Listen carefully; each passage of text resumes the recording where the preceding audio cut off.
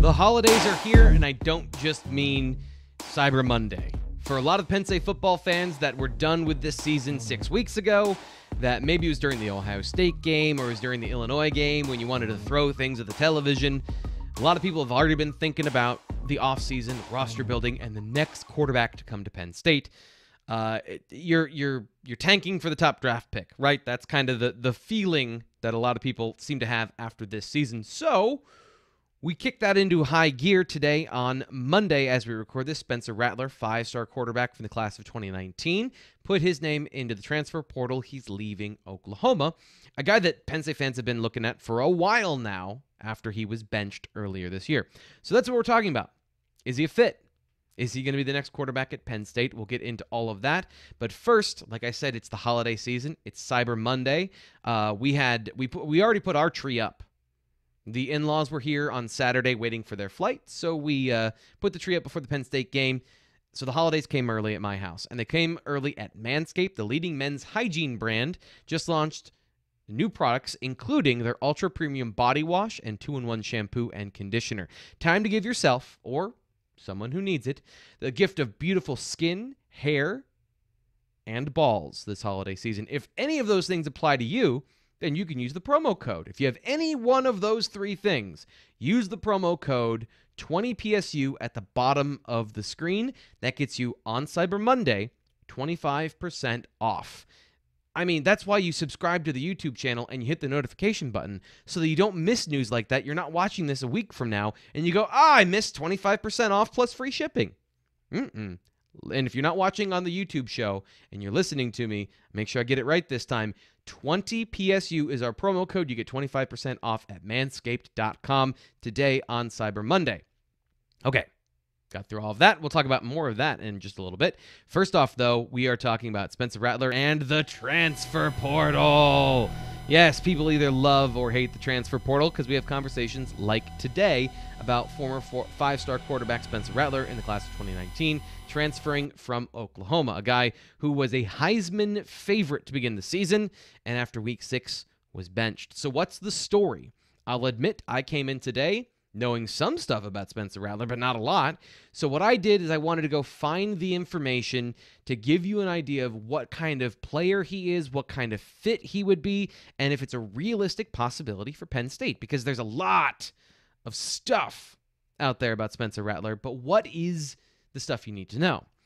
And I know that we already played this clip last week during our Tyler Rudolph episode, which, leave it at that. We need to listen to this again from James Franklin, explaining how he views the transfer portal, because everything we're going to talk about is based off of this information that we already knew, but he confirmed last week. I've also tried to remind our staff that we got to make sure that we continue to be thorough. We're so thorough recruiting high school student athletes. I don't see people being thorough at the college level. There's guys transferring to other schools from our place that no one's ever called about. I don't know how you can do that. You have no idea what was going on at the previous institution. So we've done a really good job of that. We've talked to coaches at the previous schools. We've talked to high school coaches. We've talked to the kids. We've talked to the parents. We got the transcripts. We do all these things. And some of these kids, I mean, literally, you hear they've hit the transfer portal, and in a day and a half, they're already committed to another school. I don't know how that happens if you're not talking ahead of time. And we've seen that literally time and time again, which is illegal. So for us, we may be a little bit slower in the process because we're going to be thorough. But I want to approach the transfer portal very similar to how we approach the high school prospects, and make sure we have all the information so that the young man and his family, and so we can make an educated decision and find the right fit. And I think because we hit on such a high percentage last year in the transfer portal, I don't want our staff to let their guard down and feel like it's going to be that easy. So there's a lot to unpack there, but the first thing I'm going to tell you is if you're expecting And James Franklin said it. If you're expecting some sort of free agency midnight announcement where your favorite team gets a guy in the NFL, that's not happening with James Franklin or Penn State. They're going to do their homework. Most of their transfer announcements have come in January or in the spring. They want to recruit. They want to know the numbers before they go into the offseason of how many guys they can take in a class and how many they're going to need to save for the portal. Now, quarterbacks are entirely different, and this is a relatively new thing for Franklin, who doesn't really like to use the portal, and he's never had a situation where he didn't have a guy on the roster that reasonably we all saw as the next guy. We all saw Sean Clifford was going to be the next guy. Christian Veilleux, is he going to be the next guy? I don't know that we know that completely, but the numbers dictate that he has to get a quarterback in the transfer portal this year. So that could change a lot of stuff, but it's not going to be this week. As he said, a day and a half later, they're not going to have Spencer Rattler on the football team. And there's a couple of reasons why. And he mentioned getting to know the player. We'll get into all of those things, and we'll get into some of the scouting. So that's what we're going to do today, is we're going to do our own rough kind of big picture scouting of Spencer Rattler to see how he fits for James Franklin and Penn State, knowing what we know about Penn State and what James Franklin just told us. So the number one thing about Spencer Rattler that comes out when you look up some of the stories about him is maturity and a lack of it. Now, a lot of this can be based on hearsay, and we'll get into a little bit of the origin of it. And I think we should be fair to Spencer Rattler in the situation of where it came from, which is QB1, a Netflix documentary that came out where he was a part of it, the next quarterback recruit prospect in the class of 2019. He was on the show, I believe, in 2018, and it did not paint him in a friendly light. He did not look like a good person. But he's a high school player. He's a high school kid. It can be taken out. 2 minutes can be taken out of context in a lot of ways, but having watched it, it wasn't great. So that is one of the things that Kirk Herbstreit referenced, because Kirk Herbstreit is a guy that he doesn't talk for no reason. He doesn't say things that he doesn't know some background information on. So he mentioned this after the 2020 season, talking about Spencer Rattler after in a media call that I found a good combination of some quotes I want to bring up. This is from Steven Samra at on3.com. This is from Kirk Herbstreit in a media call. I'll be honest, I watched the QB1 last year, the year he was on it, and I was watching that show with a little bit of concern about his maturity. I wondered if he was maybe a little bit more of a social media guy and into his own brand as opposed to the team. He goes on to say, talking about him on the football field after he was benched against Texas. Before he made some decisions late in games that cost them, they were winning games late and he was turning it over. I think sitting him down will always say that moment as a game-changing moment for Spencer Rattler, because it was never about his physical gifts. It's just been about his maturity and his understanding of his role within the program. Is he ready? Now, that was all said before this season, where he was then benched, once again, for poor play and for turnovers.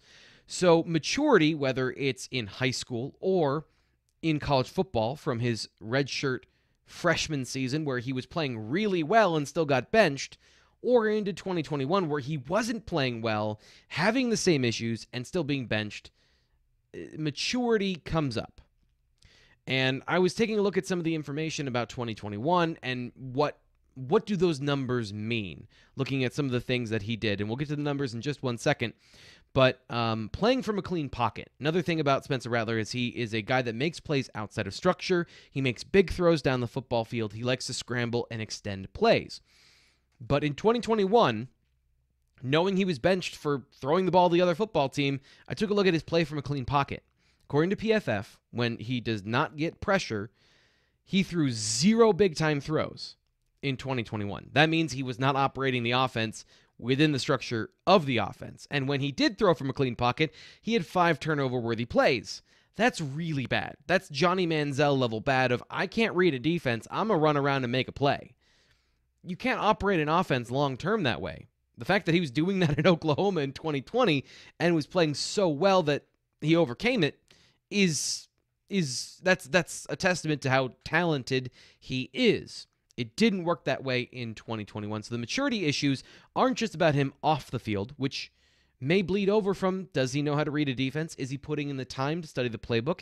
Does he have a passion for the football game? These are all the questions that James Franklin is going to go try and find out if he is interested in Spencer Rattler, which he should be because he's an awesome talent.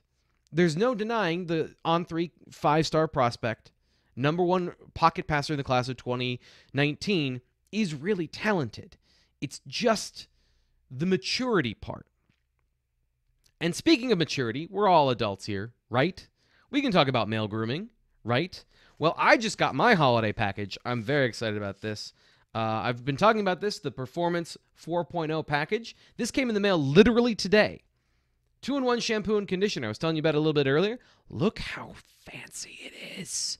It's so nice. And it's got this nice metal bottle so that you don't have to... you don't have to feel like you're gonna knock it over in the shower. You know when you're working with stuff in the shower and it's like every 10 seconds you knock it over? Like, no. Everything about Manscaped is incredibly high quality, precision made, including the Performance Package 4.0 and the Lawnmower 4.0. The electric trimmer has proprietary advanced skin-safe technology that reduces cuts on your chestnuts. And it's getting colder, so maybe you don't want to go down all the way. It's got a great little guard that you can put on it. Almost forgot the word guard. And then you can leave it a little bit longer. Tailored to your specifications. Also today, I love getting presents. Let's see if I can get this buddy out of here. Come on. Yeah, there we go. This is the body wash. So I got the shampoo and conditioner and the body wash, and it's changing my showers forever. Which, by the way, you can use the Lawnmower 4.0 in the shower because it's waterproof. You can use it there. You can use it whenever you need to. So all of that, and you can use the promo code, by the way. I mentioned this again. Get 25% off today. 25% off to get the Performance Package 4.0 and things like this. Use promo code 20PSU. And on Cyber Monday, if you're watching this today, 25% off plus free shipping at manscaped.com. That's 25% off plus free shipping at manscaped.com. Use promo code 20PSU. Clean up your nuts and make Santa proud this year. I'm contractually obligated to say that part. Okay. Back to Spencer Rattler. And a palate cleanser, here's the transfer portal again. So here's the deal. The numbers behind all of that stuff, we talked a little bit about the off-field stuff, that it's a lot of conjecture. It's some smoke. How much fire is there? Let's talk about the actual numbers of what he did on the football field, because I think that is also illuminating. Talk to you about his play from a clean pocket in 2021. But as far as his production, pull this up here. This was his 2020 season. 28 touchdowns, 7 interceptions. That is awesome. You want that every day. Over 3,000 yards. Passing, he was benched again against Texas, but came back to win in 4 overtimes. 2021, it flipped, though. 11 touchdowns, 5 interceptions, and once again was benched after the Texas game, and Lincoln Riley, his head coach, cited the turnovers as an issue. So 5 interceptions. What that tells me is that he was trying really hard to play within the structure of the offense this year, and he just couldn't do it. So that's a red flag to me from an on-field production. But as far as what he did in 2020, you cannot ignore it. You have to take a look at it. You have to measure that equally to what he did in 2021. And this is sort of nuts when you look at some of the production he put up. PFF tracks big-time throws. Those are throws down the field, game-changing, field-flipping type throws into tight windows. They're the ones that make you go, wow, right? You know what they are when you see them. He had 32 of those in 2020. For a reference point, Sean Clifford's had 36 since 2019. So he was putting up bananas-level numbers. So James Franklin, Mike Yurcich, they should be interested in Spencer Rattler, but all those other questions have to be answered. And to me, when I look at some of the things that he's done on the football field outside of those wow-type throws, it speaks of a guy that isn't mentally there at the position. And what we saw from Sean Clifford this season, if you're looking for something like that, a guy that can operate the offense, this offense will put up it will put up yards, and it will put up plays. It will operate against pretty much any defense from the passing perspective.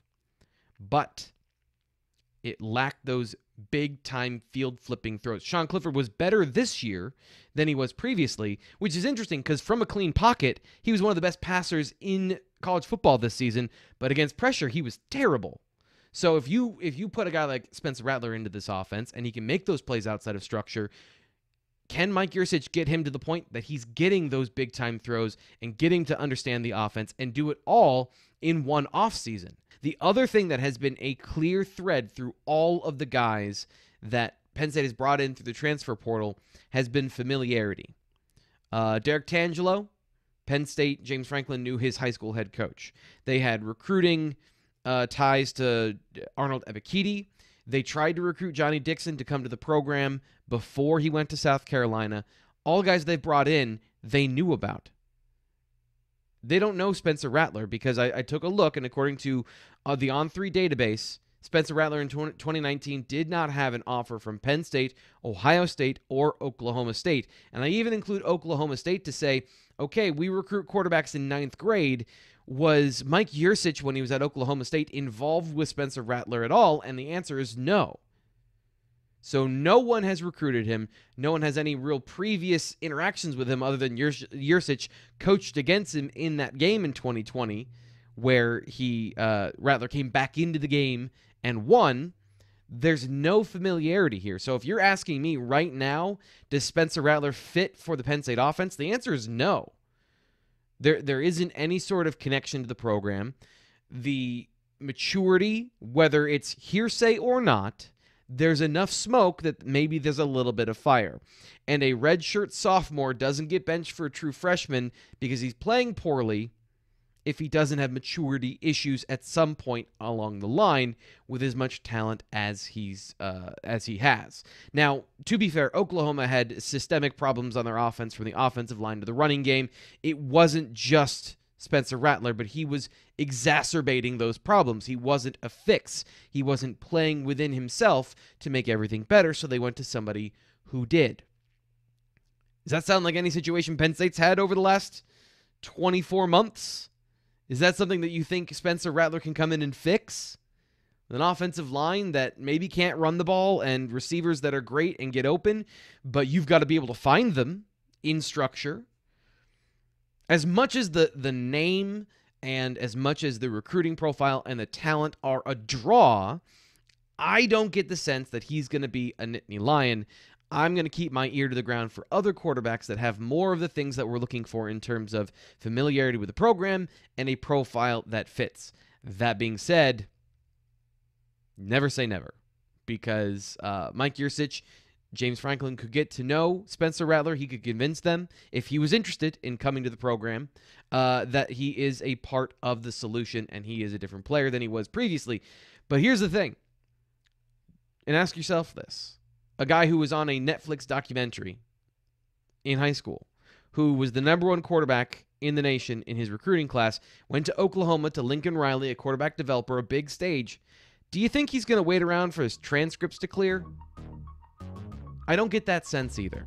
I think Spencer Rattler isn't a fit for Penn State as much as Penn State isn't a fit for him. So as much fun as it is, and as much as this announcement may make Penn State fans excited, I wouldn't get too excited because it's another situation of getting your hopes up. That'll do it today for the BWI Daily Edition. I'm your host, Thomas Frank Carr. Don't forget to subscribe wherever you get your podcasts and to YouTube.